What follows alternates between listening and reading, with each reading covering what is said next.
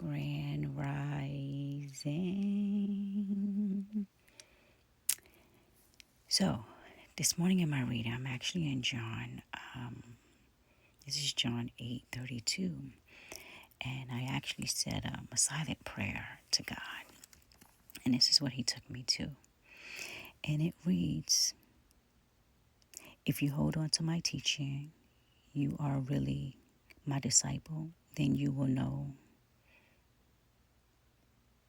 the truth, and the truth will set you free." So then I go down, and I started reading.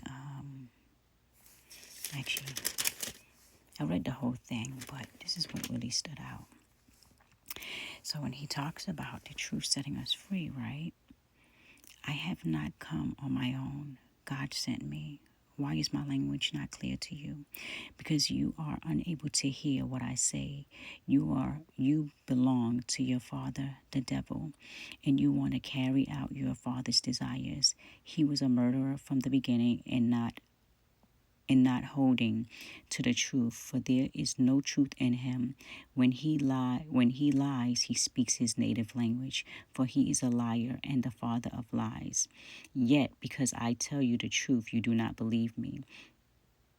Can any of you prove me guilty of sin? If I am telling the truth, why don't you believe me? Whoever belongs to God hears what God says.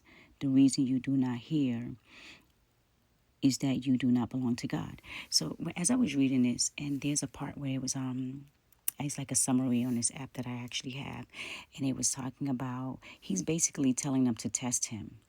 And the reason why people miss out having an encounter with him is because they don't take the challenge.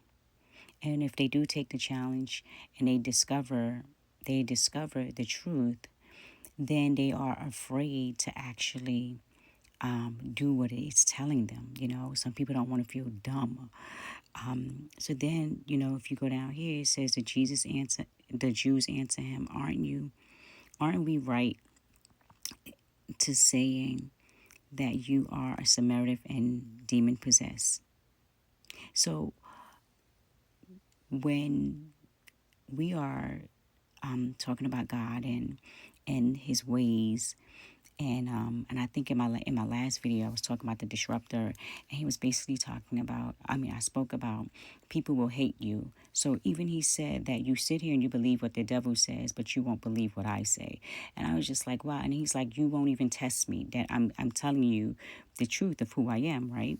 So then if you go down, I think what really blew my mind was let me see. It says, at this they exclaimed, now we know that you are demon possessed. Abraham died, and so did the prophets. Yet you say that whoever obeys your word will never taste death. Are you greater than our father Abraham? He died, and so did the prophets. Who do you think you are? And if you continue reading for yourself, I think what I love down here is when they say, you are not yet 50 years old, they said to him, and you have seen Abraham. Very truly I tell you, Jesus answered, before Abraham was born, I am. I am. Before Abraham was born, I am. So what does that tell you? We can listen to everything, the negative thoughts or the negativity, and just go with our fleshly desires, and yet he's telling us the truth and we cannot believe it. And then at the bottom it says, at this, and this is actually 58, at this they picked up stones to stone him, but Jesus hid himself, slipping away from the temple grounds.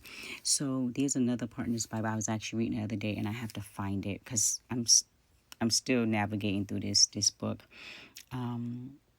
He was basically saying, if you're teaching and you're trying to share the truth with people and they won't listen to you, then you leave, because this is what he did. He actually left because they tried to stone him. So you leave. If they don't want to listen, then you leave. You drop your seed and you move on. So this was my reading today, and I was just like, wow, I need to share this, because we can listen to one voice, but we can't listen to the other voice. Who are you listening to?